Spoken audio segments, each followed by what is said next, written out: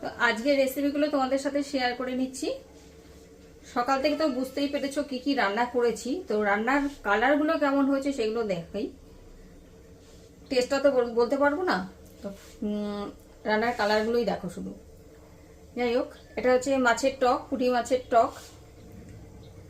আর তার পাশে রয়েছে পুঁটি মাছ ভাজা আর কি বলে, কি মাছটা যেন, কাচকি মাছ ভাজা। আর এটা হচ্ছে পার্শা মাছ, কাতলা মাছের, কাতলা মাছ সরি কাতলা মাছ না তো, ভেটকি মাছ, ভেটকি মাছ ভাপা। আর এটা হচ্ছে পার্শে মাছের ঝাল, একদম পাতলা করে করেছি। টমেটো আর ধনেপাতা দিয়ে, কাঁচা লঙ্কা দিয়ে রান্না হয়েছে। আর এখানে রয়েছে মূলো আর ছিম দিয়ে ডাল। আর একটু মিষ্টির মধ্যে এই পাটিসাপটা। আর সকালে তো দেখালাম এই যে সিমইয়ের পায়েস করেছি।